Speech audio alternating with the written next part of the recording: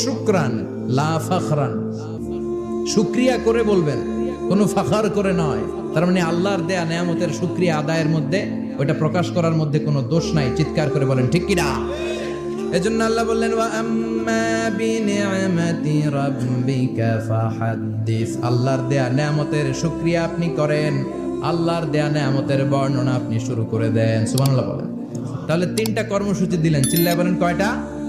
এক নম্বরে আল্লাহ বললেন ফাআম্মাল ইয়াতীমা ফালা তাকহার, খবরদার এতিমদেরকে ধমক দিবেন না, যারা সুয়াল করে ফরিয়াদ করে তাদেরকে ফিরিয়ে দিবেন না, আর নেয়ামতের শুকরিয়া করেন। সুবহানাল্লাহ পড়েন। সূরাতুদ দোহার কথা বুঝতে পেরেছেন? সূরাতুদ দোহার সেন্ট্রাল থিম কি বলেছিলাম মনে আছে? হতাশ হওয়া যাবে, নিরাশ হওয়া যাবে, হাল ছাড়া যাবে, ভরসা রাখতে হবে। ভরসা রাখতে হবে কার উপর? চিল্লায় বলেন কার উপর?